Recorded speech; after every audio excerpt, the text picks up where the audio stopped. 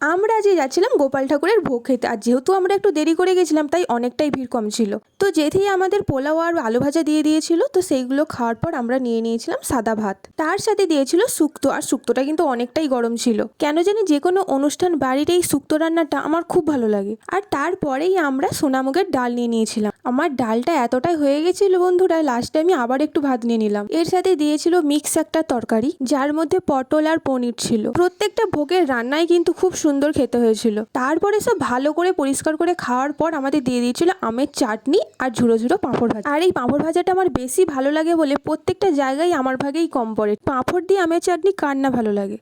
আর তারপরে আমাদের দিয়েছিল পায়েস আর ঝুড়ো ঝুড়ো বোঁদে। আর পায়েসটা তোমরা দেখেই বুঝতে পারছো কতটা টেস্টি হয়েছে। আর এই ঝুড়ো ঝুড়ো বোঁদে আমার এত ভালো লাগে কি বলবো। আর প্রত্যেকটা তরকারি এত সুন্দর লেগেছে বন্ধুরা, পুরো পাত পরিষ্কার করে খেয়ে নিয়েছি, তারপর হাত ধুয়ে নিলাম, তারপর বাড়ি চলে গেলাম। আর অবশ্যই সাবস্ক্রাইব করে দিও।